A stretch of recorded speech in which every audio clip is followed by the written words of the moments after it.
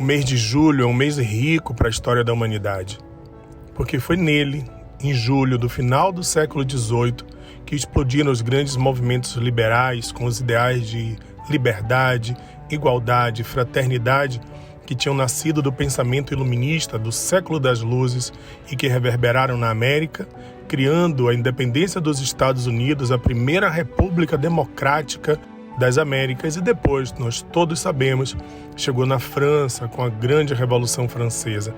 Embora nem todos esses ideais na prática tenham se transformado em grandes ganhos para a humanidade, foram as ideias do iluminismo que fizeram com que a humanidade desse passos importantes nos seus conceitos de política e participação. Comemorando o mês de julho, convido vocês para mais um dia de aula, TV Enem.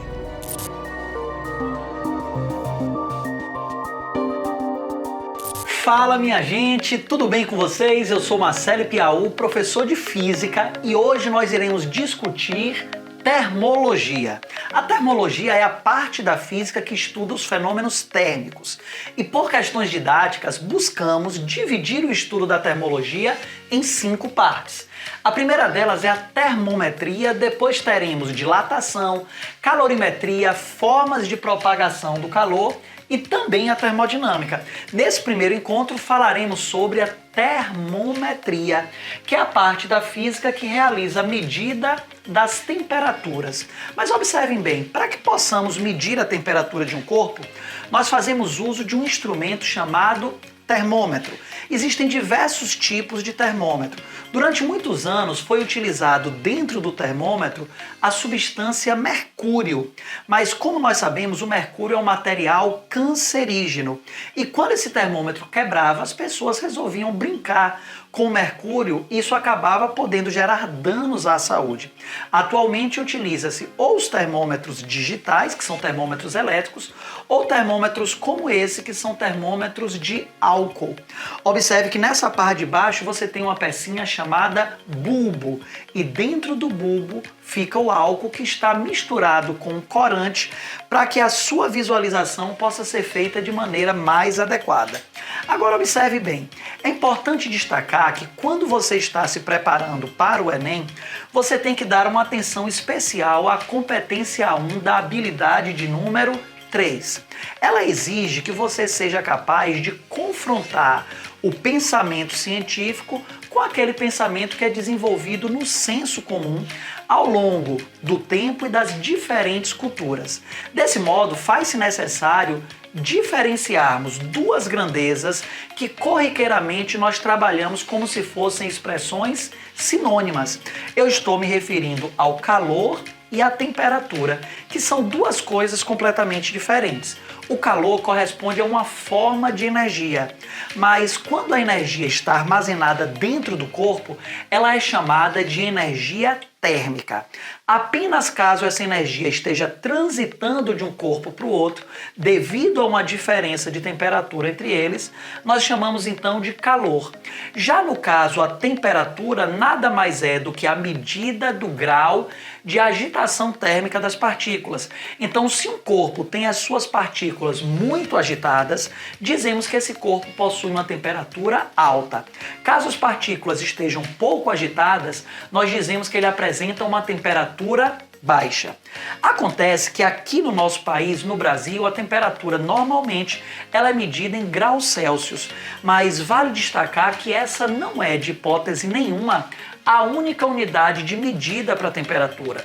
Os países de língua inglesa trabalham com a temperatura expressa em graus Fahrenheit, e no mundo científico nós trabalhamos a temperatura em Kelvin. Vale a pena destacar então que Celsius, Fahrenheit e Kelvin são as 3 escalas de temperaturas mais utilizadas, mas elas não são as únicas. Toda escala termométrica possui dois pontos fixos. O primeiro ponto fixo corresponde à temperatura na qual o gelo sofre o processo de fusão. E o segundo ponto fixo, a temperatura na qual a água passa por um processo de ebulição. Na escala Celsius, o primeiro ponto fixo vale 0 e o segundo ponto fixo vale 100.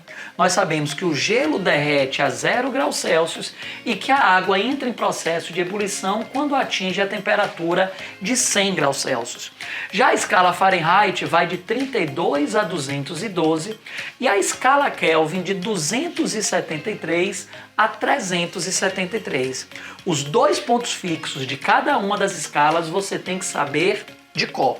Mas o que é que o vestibular, o que é que o Enem pode cobrar para você? Ele pode te dar uma temperatura qualquer medida na escala Celsius e pedir a você que converta, que você encontre o valor correspondente na escala Fahrenheit ou na escala Kelvin. Para isso, existe uma regra geral que te permite converter qualquer escala. A regra geral é a seguinte: a escala menos o ponto de gelo, que é o primeiro ponto fixo, sobre o ponto de vapor menos o ponto de gelo, ou seja, sobre o segundo ponto fixo menos o primeiro ponto fixo. Aí você vira para mim e fala: poxa, prof, não consegui acompanhar direito. Bora pensar direitinho e fazer isso aqui juntos? Observe bem, ó. Escala. Qual é a primeira escala que nós estamos trabalhando? É a escala Celsius. Então eu vou colocar aqui TC, temperatura medida em Celsius. Só que eu teria que fazer TC menos o ponto de gelo. Como o ponto de gelo é 0, subtrair 0 não faz diferença. Então eu não preciso colocar o 0. Sobre o ponto de vapor menos o ponto de gelo. 100 menos 0, isso daqui vai dar 100. Apliquemos agora essa regrinha à escala Fahrenheit e à escala Kelvin. Uma maneira que eu gosto de dizer sempre aos meus alunos é a seguinte, ó: escala menos o ponto de gelo é o valor do meio menos o de baixo. Ponto de vapor menos ponto de gelo é o valor de cima menos o valor de baixo. Sendo assim, na escala Fahrenheit teremos TF menos 32... TF menos 32 sobre 212 menos 32, isso daqui vai dar 180. Já na escala Kelvin, aplicando o mesmo método, temos o seguinte: TK menos 273 sobre 373 menos 273. Teremos então TK menos 273 sobre 373 menos 273, eu posso colocar então 100. Mas perceba o seguinte, você consegue notar que todos os denominadores são múltiplos de 10? Então eu posso cortar esse 0 e esse 0. Além disso, todos os denominadores são pares, logo esses valores podem ser divididos por 2. Teremos então o seguinte, gente: temperatura em Celsius sobre 10 dividido por 2 dá 5. Vai ser igual a temperatura em Fahrenheit menos 32 sobre 9, o que é igual a TK menos 273 sobre 5.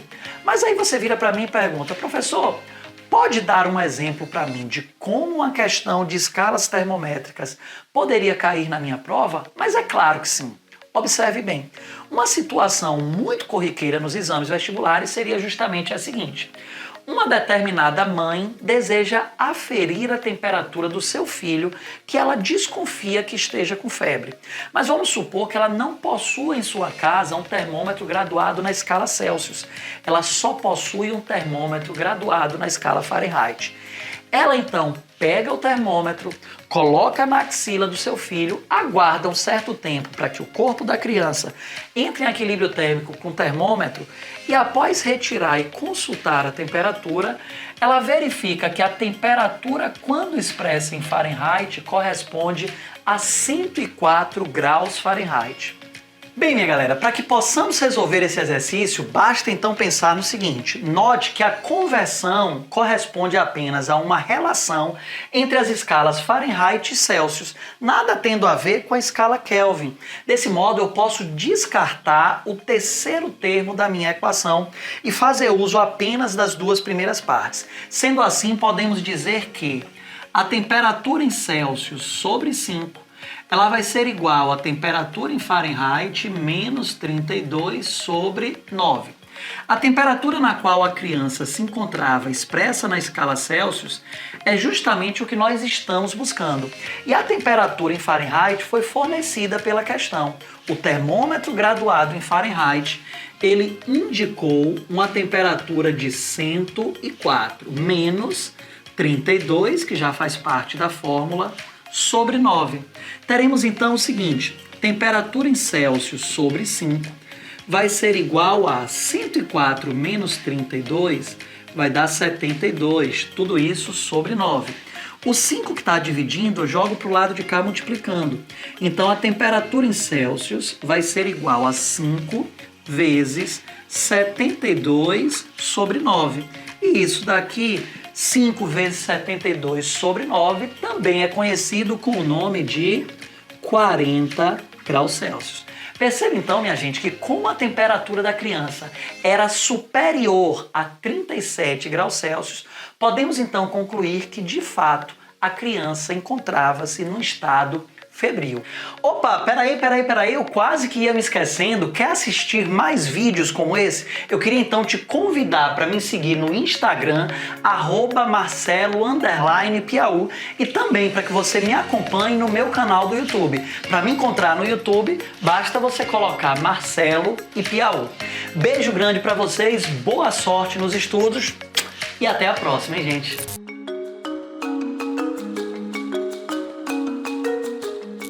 Oi, gente! Então, pessoas, vamos trabalhar hoje com poesia moderna. E para isso é necessário lembrar que essa poesia nasce de uma série de questionamentos, de uma tentativa de construir algo novo, algo que questionasse, algo que destruísse toda uma tradição passadista. Uma tentativa de dizer não ao parnasiano, não às idealizações românticas, e sim, quem somos nós? A tentativa de trazer o Brasil, a identidade brasileira, rica em contradições, à baila, para dela construir algo que seja nosso, profundamente nosso, sim, com ecos das vanguardas, e por que não sejamos antropofágicos? Bom, é claro que eu estou aqui falando a partir, sobretudo, dos autores da primeira fase moderna. Então eu estou falando a partir do Mário, do Oswald, sobretudo porque a gente está recortando poesia, e do Manuel Bandeira.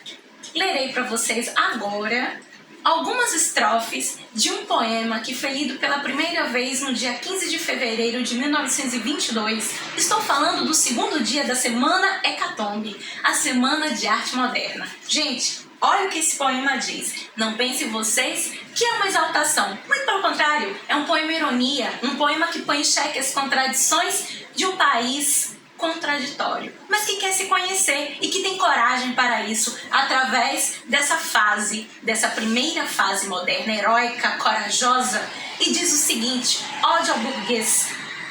Eu insulto o burguês níquel, o burguês, a digestão bem feita de São Paulo, o homem curva, o homem nádegas, o homem que, sendo francês, brasileiro, italiano, é sempre um cauteloso pouco a pouco. Eu insulto as aristocracias cautelosas, os barões lampiões, os condes joões, os duques urros, que vivem dentro de muros sem pulos e gemem sangues de alguns mil réis fracos, que dizem que as filhas da senhora falam francês e tocam os pentempos com as unhas. Eu insulto o burguês funesto, o indigesto feijão com tocinho, dono das tradições, fora os que algarismam os amanhãs. Olha a vida dos nossos setembros, fará sol, choverá arlequinal, mas a chuva dos rosais, o êxtase fará sempre sol. Morte à gordura, morte às adiposidades, morte ao burguês mensal, ao burguês cinema, ao burguês Tilbury, padaria suíça, morte viva ao Adriano. Ai, filha, que te darei pelos teus anos? Um colar? Conte 500, mas nós morremos de fome. Mário de Andrade, Pauliceia Desvairada. Nesta mesma linha irônica, ácida, Traremos agora um poema do Oswald de Andrade, que está no livro Poesia para o Brasil. Um poema piada e, ao mesmo tempo, um poema que exalta a fala da nossa gente, da gente brasileira ou brasileiro. Vamos lá para o poema Pronominais, que diz o seguinte: dê-me um cigarro, diz a gramática do professor e do aluno e do mulato sabido. Mas o bom negro e o bom branco da nação brasileira dizem todos os dias: deixa disso, camarada, me dá um cigarro. Gente, aqui encerramos a primeira fase da semana, a primeira fase do modernismo. E também, de certo modo, terminamos de falar um pouquinho dessa semana de arte moderna. Bem, falaremos agora da segunda fase. Uma fase que não está preocupada em destruir nada. Muito pelo contrário, até retoma alguns ideais e que está afincado em seu tempo. Um tempo, como diz Drummond, de depuração. Estou falando da segunda fase moderna, estou falando de um período aí de 30 a 45. Vamos começar com um poema da autora Cecília Meirelles, um poema de tom universal, subjetivo e intimista. Essa poeta fantástica, que nos diz no livro Cântico, no canto 4, o seguinte: adormece o teu corpo com a música da vida, encanta-te, esquece-te, tem por volúpia a dispersão. Não queiras ser tu, queres ser a alma infinita de tudo. Troca o teu curto sonho humano pelo sonho imortal, o único. Vence a miséria de ter medo. Troca-te pelo desconhecido. Não vês, então, que ele é maior? Não vês que ele não tem fim? Não vês que ele és tu mesmo? Tu que andas esquecido de ti? Nesse tom, vamos agora para um tom mais duro, mais questionador e que tenta trazer o sentimento do mundo. Eu estou falando do poeta Carlos Drummond de Andrade e do livro O Sentimento do Mundo. De um momento agora imerso na Segunda Guerra Mundial, de 39 a 45, um tempo de depuração. Um tempo de dor, um tempo de angústia, um tempo de pensar o mundo com um outro lugar, mais humano, mais respeitoso, mais amigo, mais equânime. Bom, vamos para o poema Mãos Dadas. Não serei o poeta de um mundo caduco. Também não cantarei um mundo futuro. Estou preso à vida e olho meus companheiros. Estão taciturnos, mas nutrem grandes esperanças. Entre eles, considero a enorme realidade. O presente é tão grande, não nos afastemos. Não nos afastemos muitos, vamos de mãos dadas. Não serei o cantor de uma mulher, de uma história. Não direi os suspiros ao anoitecer, a paisagem vista da janela. Não distribuirei entorpecentes ou cartas de suicida. Não fugirei para as ilhas, nem serei raptado por serafins. O tempo é a minha matéria, o tempo presente, os homens presentes, a vida presente. Então, um poema do tempo presente, um poema de mãos dadas. Gente, essa é a segunda fase modernista. Uma fase que se quer universal, uma fase subjetiva, mas uma fase também que questiona, que põe em xeque as contradições sociais, econômicas, políticas, não só do Brasil, mas do mundo. Bom, nós iremos agora para a terceira fase. E quando a gente fala da terceira fase, claro que a gente está falando do João Cabral de Melo Neto com Morte e Vida Severina. Sim, estamos falando dele. Mas também podemos falar de um outro poeta chamado Mário Quintana, que de um lado é sim irônico, de um lado questiona, de um lado põe em xeque as contradições desse país, mas de um lado é lírico, do outro lado é trovador.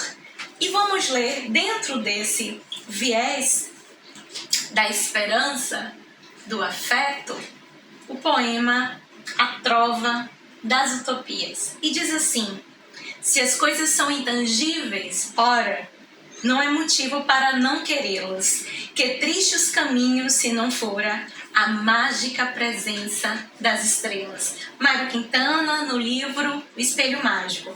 Então, gostaria também de chegar aos dias de agora e de dividir com vocês uma poesia de um poeta baiano, jovem, chamado Josevaldo Santiago, no livro Agô. Agô é licença. Vamos lá, o que esse livro propõe como poesia contemporânea. O nome do poema? Sandálias Azuis. A Jussara de Jesus Lopes. Ganhei sandálias azuis havaianas ontem. Não fosse esse inesperado acontecimento, 13 de março de 2003, seria esquecido no lixo dos dias vão. O dia de ontem. Sou de um outro tempo, da época que sandálias eram vendidas em feiras. Alguém aí sabe qual é a emoção de ganhar sandálias azuis havaianas? Sou um homem feito eu. O que precisa? Uma família feita a minha? Falta pão pela manhã. Falta feijão com arroz. Falta pasta de dentes. Falta sabonete. Cuecas e calcinhas cheias de buracos. Falta e faltas. O que de tantas? Desemprego. Lá em casa sobram 3. O que são 3 empregos? Disse outro dia na TV, o Brasil, a 8ª economia do mundo. Fez o primeiro mês. Após mais de 2 anos em casa. Do salário, a primeira compra deveria ser algo de grande necessidade. Mas maninha olhou os meus olhos. Agora, andarei pelos becos, escadas e ruas da Saramandaia, com sandálias azuis.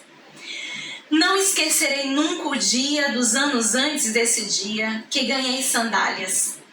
Calçarei havaianas azuis. Como agradecer esta mulher? O filho não tem dimensão da mãe. Rogo que olhe por ela, céu azul. Faça azuis os caminhos por onde ela passa. Já vi a vida, não é azul, mas feito a esperança, as mães são azuis. Gente, muito obrigada, espero tê-los ajudado. Oi gente, tudo bem com vocês? Meu nome é Fernanda Ruth, eu sou psicóloga e colunista semanal da TV Enem.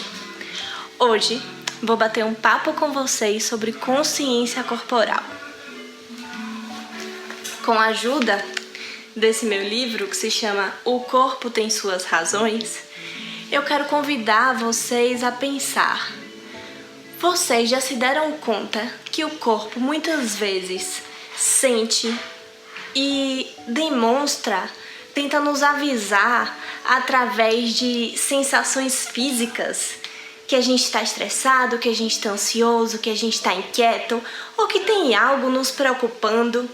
Vocês já se deram conta disso, que muitas vezes o corpo fala através dessas dores, desses incômodos físicos, o que a gente está sentindo no nosso coração, o que a gente está sentindo na nossa cabeça.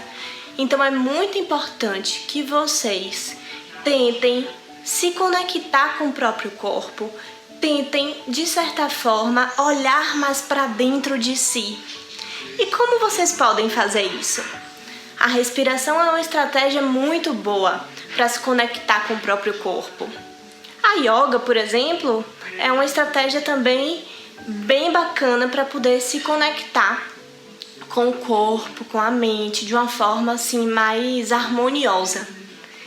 E também outras atividades físicas que vocês gostam de fazer para movimentar o corpo, seja dançar, seja esticar o corpo quando acorda.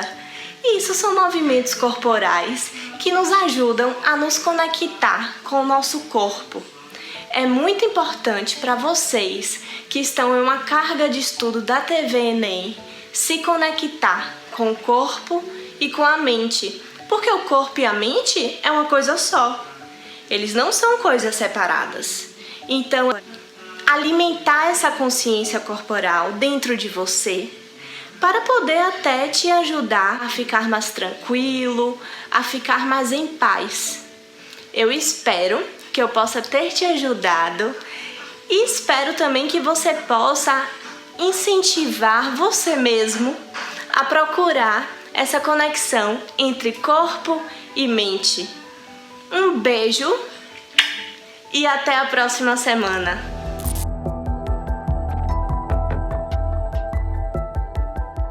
Olá, tudo bem? Nós estamos aqui retomando o nosso curso de atualidades e para que a gente entenda melhor o ano de 2020, esse estranho ano de 2020, para que a gente entenda melhor o século 21 nesse seu início, a gente tem que voltar no tempo, bastante, lá para 70 anos atrás, mais ou menos, ali nos finais da Segunda Guerra Mundial, final dos anos 40, para que a gente entenda o que foi a Guerra Fria e como ela construiu as tensões da segunda metade do século XX, que vai levar, inevitavelmente, ao que a gente concebe como o mundo atual.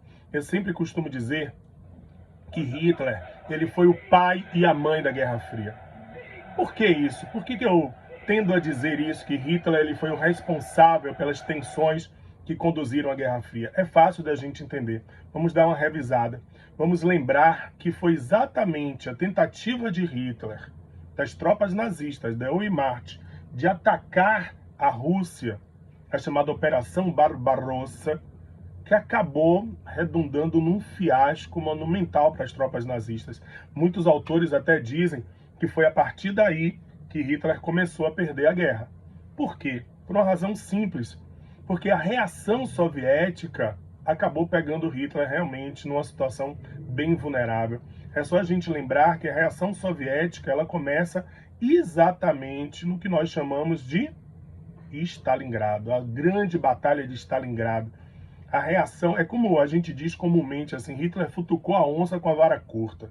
Foi mexer com os comunistas, né, com o poderoso Estado totalitário stalinista. A reação soviética foi, assim, determinante para a derrota do nazismo. A partir daí, as tropas soviéticas começam a avançar pela frente oriental.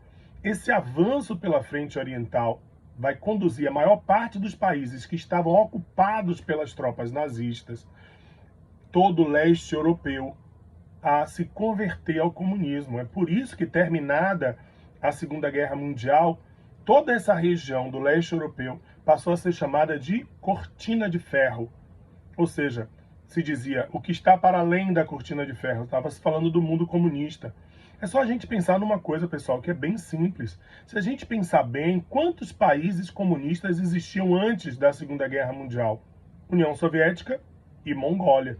Terminada a Segunda Guerra Mundial, esse panorama se ampliou muito. Nós temos agora a União Soviética, a Mongólia, a Hungria, a gente tem a Alemanha Oriental, a gente já vai falar disso daqui a pouquinho, Tchecoslováquia, Romênia, Bulgária, Iugoslávia. Então, se a gente pensar bem, o avanço, né, a Grécia, né, tendendo para um lado e o outro, a gente também já vai falar disso daqui a pouco. Daqui a pouco a gente vai ter a China, mais adiante Cuba. Então, o mundo socialista, o mundo comunista, o mundo vermelho, digamos assim, se ampliou enormemente. Isso criou uma tensão inesperada que nós vamos chamar de Guerra Fria, ou bipolarização do mundo, ou conflito leste-oeste. É uma coisa que você não pode esquecer de jeito nenhum. O avanço do socialismo se deu como consequência da expansão soviética no fim da Segunda Guerra Mundial. Não esquece isso, tá? Foi exatamente, é uma cadeia. Hitler precisava de comida e petróleo, invade a União Soviética. A União Soviética reage. A reação soviética vai determinar esse avanço do socialismo. E aí você imagine, né? Um mundo capitalista ocidental se depara de uma hora para outra com um avanço absurdo do poderio soviético e isso vai criar uma tensão inesperada. Isso vai rachar o mundo no meio, por isso bipolarização do mundo, ok? Se fala hoje de nova Guerra Fria, lá adiante também a gente, no final lá do curso a gente vai falar um pouco disso, mas na verdade o que nós temos é uma nova realidade, uma nova divisão do mundo, a bipolarização, o confronto leste-oeste. Aí você vai dizer assim, você que é esperto, estudioso, vai dizer assim, mas Ricardo, peraí, Quando a gente estuda a Segunda Guerra Mundial, a gente vê que Estados Unidos capitalista e a União Soviética socialista estavam juntas, exatamente. Era uma união contra o fascismo, contra o nazismo. Mas o que vai acontecer a partir de agora é o que nós vamos chamar de inversão das alianças. Ou seja, aquela aliança entre Estados Unidos capitalista e União Soviética socialista contra o nazismo acaba. É uma cena até, alguns documentários mostram, uma coisa impressionante, as tropas soviéticas e as tropas americanas se encontrando em pleno território alemão, apertando as mãos, cena que você esqueça nos anos subsequentes que virão a partir daí. Então, isso caracterizou o que nós chamamos de Guerra Fria. Sinais da Guerra Fria já eram percebidos bem antes da guerra acabar. As famosas conferências do pós-guerra, que a gente fala pós-guerra, mas que algumas aconteceram, inclusive, antes mesmo da guerra acabar. A conferência, por exemplo, de Alta, na Crimeia, às margens do Mar Negro, aconteceu ainda em plena guerra. A conferência de Teherã já aconteceu no finalzinho da guerra. A conferência de Potsdam, não. Essa sim já aconteceu, né, no final da guerra. Potsdam é uma área ao redor de Berlim, onde se reuniram lá Winston Churchill, primeiro-ministro britânico, Harry Truman, presidente dos Estados Unidos, o homem da bomba de Hiroshima, aquele que substituiu Roosevelt, que era vice de Roosevelt e assumiu a presidência depois da morte do presidente americano, e Joseph Stalin, um homem forte da União Soviética. Nessas conferências se discutiu várias coisas, como seria a participação da Rússia na luta contra o Japão no Pacífico. Cogitou-se pela primeira vez a criação de um tribunal internacional que se encarregaria de julgar os crimes de guerra cometidos pelos nazistas, o famoso Tribunal de Nuremberg. Cogitou-se, por exemplo, e a gente já vê isso, uma possível divisão da Alemanha depois da guerra. Então, várias coisas foram debatidas e discutidas nessas conferências do pós-guerra. Mas uma das que chamou muita atenção foi a divisão da Alemanha. Ficou acertado que, para conter uma possibilidade de retorno do nazismo, a Alemanha seria dividida em 4 partes. Uma francesa, olha, os vencedores da guerra, né? Uma francesa, uma americana, uma Alemanha inglesa e uma Alemanha soviética. Só que a gente sabe que França e Inglaterra estavam neste momento bastante vulneráveis e dependendo bastante dos Estados Unidos. O que é que acabou acontecendo? Formaram-se 2 Alemanhas. A República Federal da Alemanha, ou Alemanha Ocidental, sobre a égide dos Estados Unidos da América, e a República Democrática, imagine, democrática, República Democrática da Alemanha, ou Alemanha Oriental, sobre domínio da União Soviética.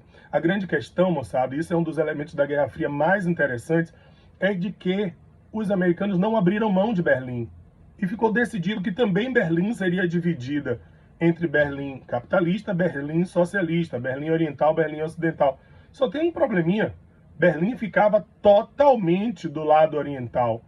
Então, o que aconteceu? Berlim Ocidental, a Berlim capitalista, virou uma ilha no meio de um mar socialista, ligada apenas por uma estrada. É por isso que nos momentos de maior tensão, os soviéticos chegaram a fechar essa estrada e até água, material de construção, gêneros básicos eram transportados de avião. Ao mesmo tempo, o que os americanos faziam? Tentavam transformar Berlim Ocidental numa vitrine do capitalismo. É por isso que tanta gente tentava fugir de Berlim Oriental, e claro, também por causa da opressão soviética, de todo o totalitarismo imposto pelo modelo comunista que existia do lado oriental, tentavam passar, né, correr. Tem muitos filmes bacanas, tem um filme chamado A Ponte dos Espiões, com o Tom Hanks, que foi indicado ao Oscar e tudo, que conta um pouco dessa história, dessa tentativa de muita gente conseguir passar. Foi por isso que os soviéticos, no início dos anos 60, acabaram construindo fisicamente aquele que seria o maior símbolo de todos da Guerra Fria, símbolo físico da Guerra Fria, que é o Muro de Berlim, né?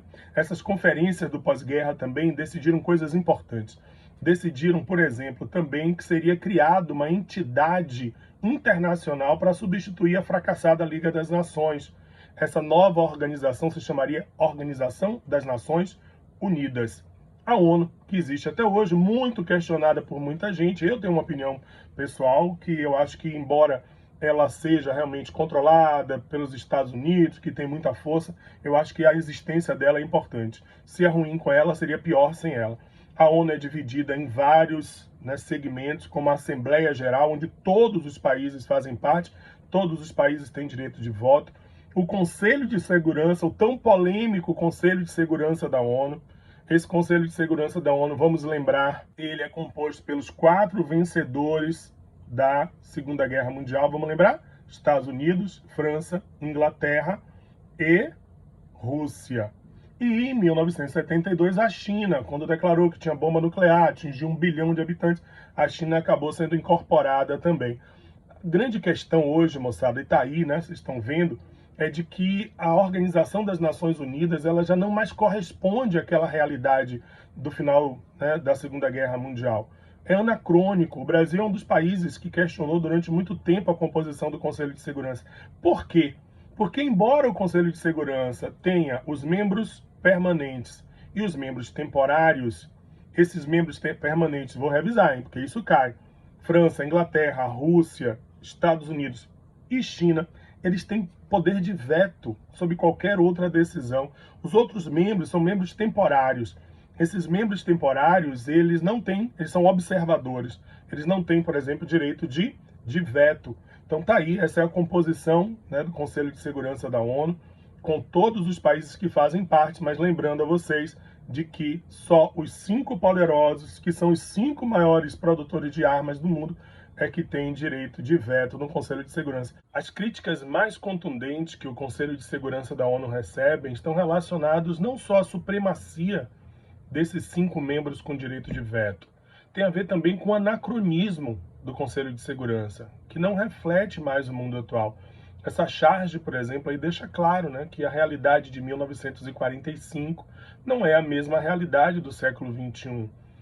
A geopolítica do mundo mudou, muitas coisas mudaram e precisam ser, obviamente, reavaliadas. Lembrar também de que a ONU tem, além da Assembleia Geral, além do Conselho de Segurança, o Secretariado-Geral da ONU, que era um africano, Kofi Annan, depois um coreano, Ban Ki-moon, e atualmente o Antônio Guterres, que assumiu em 2017. E além disso, nós temos também o Tribunal Internacional de Haia, na Holanda. É um dos órgãos que fica fora, né, da sede da ONU, que fica em Nova York, nos Estados Unidos, encarregado de julgar crimes contra a humanidade. Crimes que são gravíssimos, como genocídio, por exemplo, são julgados nesse Tribunal de Haia. Esses são os órgãos que compõem a ONU.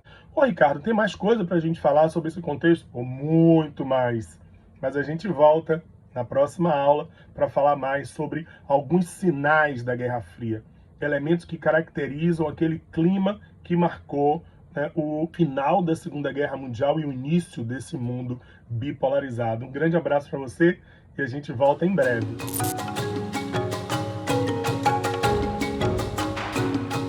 Olá, amores! Tudo bem com vocês? Bom, eu tô aqui para falar de um evento que ele é revolucionário, ele é lindo e Caetano cantou. Luz do sol que a folha traga e traduz, em verde novo, em folha, em graça, em vida, em força, em luz. Caetano cantou fotossíntese. E a fotossíntese é um evento tão revolucionário, que se não fosse a fotossíntese, nós não estaríamos aqui. Por quê? Daqui a pouco eu te conto. Se não fosse a fotossíntese, não existiria oxigênio. Por quê? Calma, daqui a pouco eu te conto. A fotossíntese, ela filtra gás carbônico da atmosfera. Por quê? Calma, daqui a pouco eu te conto. A fotossíntese surge há 1.250 milhões de anos atrás e as cianobactérias foram os primeiros organismos fotossintetizantes, tá? E hoje, Wellen, quem é que realiza a fotossíntese? As cianobactérias, porque elas ainda existem, tá? Estão no oceano, nas águas. As algas também realizam a fotossíntese e os vegetais. Lembrando que algas e vegetais são organismos eucariotos e apresentam nas suas células uma organela chamada de cloroplasto, que é a organela responsável pelo evento fotossintético. Já as cianobactérias, tá, realizam esses eventos através da especialização localizada na membrana plasmática e a outra parte no seu próprio citoplasma. Tá? E esse evento, esses detalhezinhos você não pode esquecer. E um detalhe básico, o cloroplasto, que a organela responsável pela fotossíntese apresenta DNA próprio, ribossomo próprio, capacidade de autoduplicação, tá? Ribossomo 70S, característica de procarioto. O que eu quero te dizer? Que, de acordo com a teoria de Lynn-Margulis, tá? Mitocôndrias, assim como os cloroplastos, foram organismos vivos no passado que foram fagocitados por um eucarioto ancestral. Não esqueça disso jamais, tá? E o que é a fotossíntese, Wellington? A fotossíntese é uma reação muito simples, mas ao mesmo tempo revolucionária, tá? É a união do gás carbônico com a água. E a união do gás carbônico com a água promove, tá, a formação da glicose, C6H12O6, e a liberação do oxigênio no ambiente terrestre. E é esse oxigênio que a gente respira, foi esse oxigênio que foi responsável pela formação da camada de ozônio. E aí pare e pense. Não existia o oxigênio na forma livre na atmosfera, tá? Até então, porque a atmosfera era redutora, o oxigênio passa a existir, e esse oxigênio que até então surge, ele era tóxico, tá? Matou 2/3 de toda a vida existente na Terra naquele momento. Esse período é conhecido como holocausto do oxigênio, tá? Esse oxigênio, ele foi responsável pela formação da camada de ozônio, e a camada de ozônio, ela filtra o raio V. A partir do momento que a camada de ozônio filtrou o raio V, menos raio V entrou no ambiente terrestre, menos calor foi produzido, e isso reduziu a temperatura global. E qual é a consequência disso? Tá? A vida que até então estava concentrada na água, sai da água e ela começa a habitar os continentes. Olha como a fotossíntese é revolucionária. A fotossíntese promoveu a mudança da atmosfera de um planeta. É o único evento biológico que foi capaz de fazer isso. A fotossíntese proporcionou o aparecimento da vida no ambiente seco, porque até então ela estava concentrada na água. E aí, posteriormente, tá, esse oxigênio foi fundamental para quê? A respiração aeróbia, que é a respiração que surge a partir dos eventos fotossintéticos. Então, olha como a fotossíntese é importante, olha quanta coisa ela favorece, tá? E o Ellen, e em relação ao desmatamento, a fotossíntese é importante?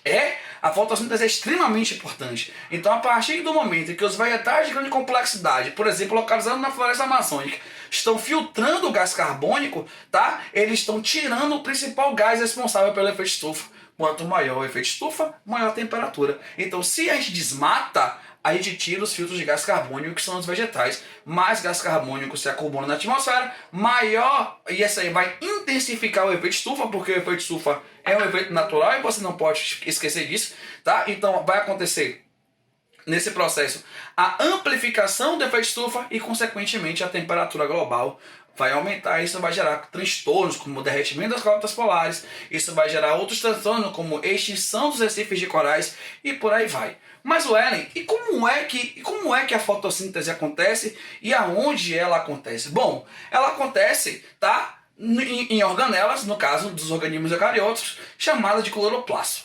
E o cloroplasto, ele tem uma característica única, que é, ele tem uma membrana interna e um terceiro sistema de membranas chamado de membrana tilacoide. Tá? E é nessa membrana tilacoide que a fotossíntese vai ser iniciada. Então, o que eu quero falar para vocês aqui agora é como a fotossíntese ocorre. A fotossíntese, meus amores, ela ocorre em duas etapas. A etapa clara, que é a etapa que depende diretamente da luz, e a etapa escura, que é a etapa que não depende diretamente da luz, ela depende da etapa clara para acontecer, tá? A etapa clara é conhecida como etapa fotoquímica ou hidrólise da água, e essa etapa acontece lá na membrana tilacoide, tá? A membrana tilacoide apresenta uma proteína chamada de clorofila. A clorofila, ela faz a captação da luz solar, agita os elétrons da molécula da água, promovendo a quebra da molécula da água. Quando a molécula da água é quebrada, ela libera o oxigênio na atmosfera e libera o hidrogênio e os elétrons, que são captados pelo transportador NADP. Então, detalhe, o oxigênio proveniente da fotossíntese, ele é resultante da quebra da molécula da água, tá? Então, o oxigênio surge na primeira fase da fotossíntese, ok? E a etapa clara da fotossíntese, ela vai promover a produção de dois produtos importantes, tá? O NADPH, tá? E o ATP. Então a mitocôndria não é a única organela que produz o ATP. O cloroplasto também produz o ATP. A diferença é que o ATP produzido pelo cloroplasto, ele não vai ser liberado no citoplasma, ele vai ficar no próprio cloroplasto, tá? Promovendo o evento de fotossíntese. E aí, ó, nessa fase clara, você tem aqui, ó, é importante você estudar dois sistemas. Fotossistema 1, fotossistema 2. Fotofosforilação cíclica, fotofosforilação acíclica. A fotofosforilação cíclica promove a formação do ATP. A fotofosforilação acíclica promove a formação do NADPH, ok? E a etapa escura, que é conhecida como etapa de fixação do carbono, tá? Que acontece no estroma do cloroplasto, tá? Aqui, ó, você tem o que, tá? O ciclo de Calvin-Benson, que é o ciclo de fixação desse gás carbônico. É aqui que os percussores da glicose serão formados. É aqui que a gente vai formar a matéria orgânica que vai dar origem à glicose futuramente. Então perceba, ó, e a fase escura para acontecer, tá? Ela depende dos produtos da fase clara. Se a fase clara não acontecer, a fase escura ela não acontece, tá? E a fase clara para acontecer depende diretamente da luz. O Ellen, qual é a etapa da fotossíntese que depende diretamente da luz? Etapa clara. A etapa química, o ciclo de Calvin-Benson, tá? Não necessariamente depende da luz para acontecer. Depende da etapa clara, ok? E aqui na etapa escura, o que eu vou ter como resultado aqui? A formação de compostos orgânicos que futuramente vão dar origem à glicose. Aqui, ó, na etapa escura, quem é que vai entrar na brincadeira? O gás carbônico, ok? Na etapa clara, quem é que vai entrar na brincadeira? A água, ok? E aqui, ó, na etapa clara, ó, liberação, tá? Do oxigênio. Não esqueça disso, tá bom? E um detalhe importante você estudar, ó, as etapas do ciclo de Calvin-Benson. O ciclo de Calvin-Benson, ele é formado em três etapas importantes. A fixação, que é a entrada do gás carbônico, tá? A redução, que é o momento em que eu utilizo os produtos da fase clara, e a regeneração, que é a regeneração da rubisco. É importante estudar esses eventos com detalhe, saber como são que eles ocorrem etapa a etapa, ok? Geralmente, a fotossíntese ela acontece nas folhas, tá? Dos vegetais, em um parênquima chamado de parênquima palissádico, que é o tecido responsável pelo processo fotossintético. Algumas plantas, como as plantas do deserto, plantas da caatinga, tá? Plantas do cerrado, chamadas de planta C4, realizam a fotossíntese com dois processos de fixação, tá? Um evento de fixação 1 e depois o evento de fixação 2, que é esse evento que ocorre aqui na membrana, no estroma do cloroplasto, tá? É importante você estudar a fotossíntese C4, estuda lá uma enzima muito importante que é a pepcarboxilase. O que é que ela faz, por que ela é importante, tá? Quando for estudar as plantas da caatinga, é importante estudar a fotossíntese dia e noite. Porque o que é a fotossíntese dia e noite? Como é que ela acontece? Ok, meus amores? Estuda esses eventos, façam questões, cai muito em vestibular. Prazer mais uma vez estar com vocês aqui. Um beijo, fiquem com Jesus. Tchau, tchau.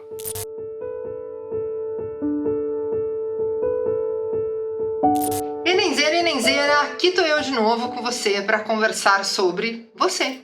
Claro, sempre sobre você.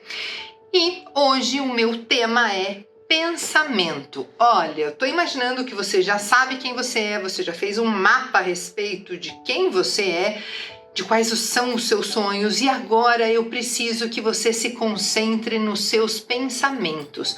Eu preciso que você faça o exercício consciente de pensar no sucesso que você quer ter, como se ele já fosse uma realidade. Sabe que uma característica importante do seu cerebrinho é que ele não diferencia muito bem realidade de imaginação, de pensamento. Ai, que boa ideia! Então aí no nível dos teus pensamentos, aquilo que você desejou, por exemplo, ter uma nota gordinha no Enem, já é um fato, já se realizou. Você pode até comemorar, gente. Então vamos lá? Vamos pensar conscientemente, vamos pensar corretamente. Vamos fazer o exercício de ter pensamentos positivos. Sabe aqueles pensamentos do tipo, eu não sou capaz, eu não sirvo, eu não vou aprender, não vai dar certo. Muda tudo isso. Pega uma lista. Lembra que eu te pedi um caderninho de bordo? Pega lá o teu caderno de bordo e escreve no teu caderno frases, pensamentos inspiradores para você. Pense em tudo aquilo que você quer para a sua vida. Pense em quem você é. Quando surgir um pensamento negativo, risca, amassa, joga fora, queima, tira da tua frente, porque aqui só cabe pensar em coisas positivas. Renenzeiro, Renenzeira, tamo junto. O teu pensamento é o teu melhor companheiro. Ele precisa ser exercitado. Sabe aqueles exercícios de matemática que você faz 1, 2, 3, 10 vezes para poder memorizar? Sabe aquela paciência que você tem para fazer exercício de física, por exemplo? Agora eu tô pedindo para você ter uma paciência para formatar o teu pensamento. Formata esse teu pensamento de maneira que ele seja benéfico para você, para o resultado que você espera ter. Dica de hoje, portanto, eu vou construir melhores pensamentos. Pensamentos que realmente me ajudem. Pensamentos que façam com que eu rompa essa bolha da insegurança e do medo. Já ouviu uma música do Lenine chamada Medo? Procura aí na internet, Medo Lenine. Você vai entender do que eu tô falando. Medo é uma casa onde ninguém vai. Puxa vida, eu preciso ter pensamentos positivos, eu preciso ter pensamentos que me alimentem para eu deixar de ter medo. Vamos combinar? Conto com você, qualquer coisa que você precisar, tô por aqui, vamos conversando, vamos juntos, a nossa jornada tá maravilhosa. Renenzeira, vem comigo.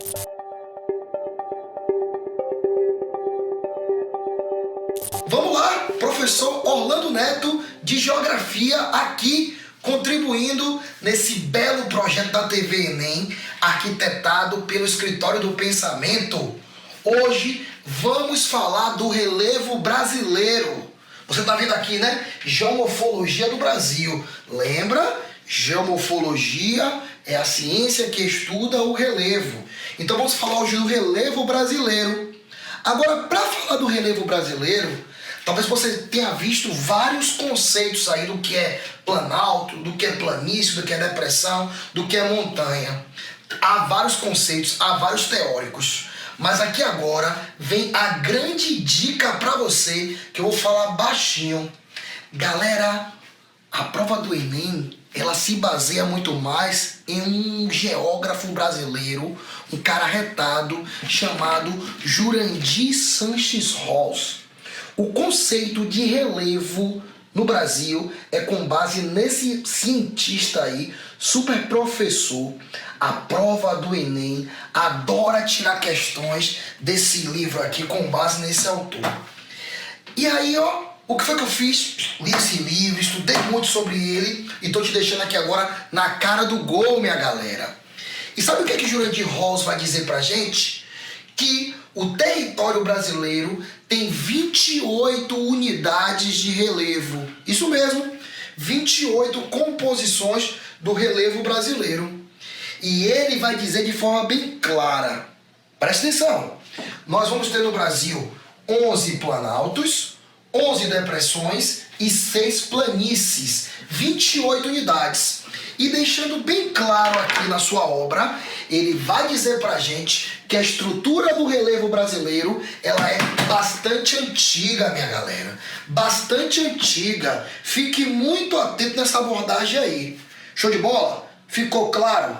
Você viu na nossa aula anterior lá de relevo que eu te falei, né? Eu te deixei bem claro, te expliquei o que era planície, te expliquei o que era planalto, te expliquei o que era montanha. Mas nosso foco aqui hoje é a geomorfologia do Brasil. Mas eu vou te ajudar a te relembrar. Venha pra cá, se ligue bem, presta atenção. Ó, planícies são áreas mais baixas, né? Levemente onduladas, que predomina o processo de sedimentação. Isso, sedimentação. Estão lembrados? Já os planaltos são áreas mais altas, né? bem velhas em relação ao processo do tempo na geologia. Planaltos são altas e sobre o planalto você vai ter a predominância do processo de erosão. Show? E por último aqui, ó, as depressões. O que são depressões? São áreas rebaixadas, a área bem baixinha lá, né? Áreas rebaixadas em relação ao relevo ao seu entorno, que predomina o processo de erosão. Estão lembrados disso daí, né? Show de bola. Então deixe bem clara essa abordagem. Agora eu quero te mostrar muitas informações importantes, bacana. Venha pra cá, se ligue bem, venha pra tela. Pronto, minha galera. Deixa eu te falar uma coisinha muito importante para o seu exame nacional do ensino médio. Galera, a prova do Enem, ela adora mapas. A prova do Enem, gente, ela pede que você faça leitura de textos não verbais. A prova do Enem vai trazer aspectos de localizações para vocês, porque isso são princípios que envolvem a geografia. E falar da geomorfologia brasileira, eu preciso que você fique muito atento, muito ligado e relembre os agentes que predominam, né, em cada uma dessas formas de relevo que vocês estão vendo aí mais abaixo. Planaltos, predomina erosão. Planícies, sedimentação. Montanhas, reflexo do tectonismo. E depressões, áreas rebaixadas em relação ao relevo ao seu entorno. Show de bola? Show de bola? Aí você está lembrado que eu falei para vocês que vocês podem visualizar vários conceitos das formas de relevo, mas hoje o que é utilizado na prova do Enem é desse último aí. O de Haroldo de Azevedo, se você encontrar algum livro, é importante, mas a prova do Enem não trabalha muito mais com ele a abordagem de relevo. Agora, a figura do Aziz Absaber aparece muito em questões de vegetação, de clima, domínios morfoclimáticos. Agora, relevo é o Jurandir Ros, esse último aí que vocês estão vendo abaixo em nossa imagem.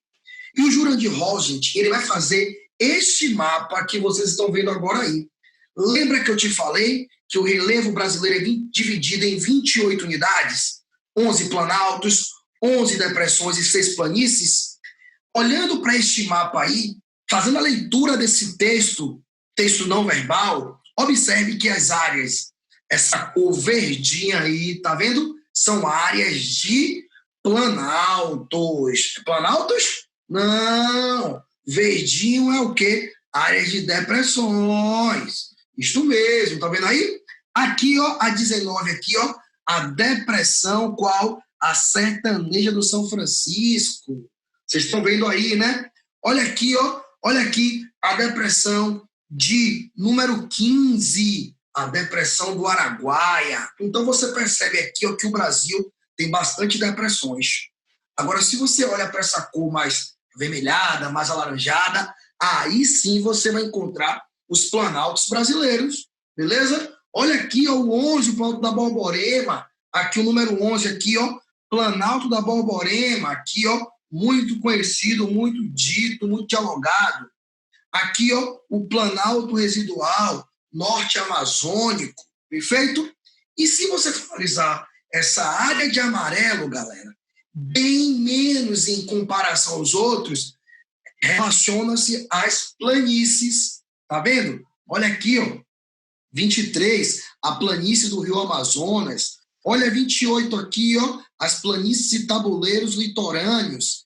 Então, gente, este mapa aí, é ele que a prova do Enem costuma dialogar conosco, com base no professor Jurandir Ros. Ele que fez essa configuração no Brasil em dividir essa estrutura nesse mapa que vocês estão vendo agora aí. Show de bola? Beleza? Tranquilidade? Massa, massa, massa, massa, massa.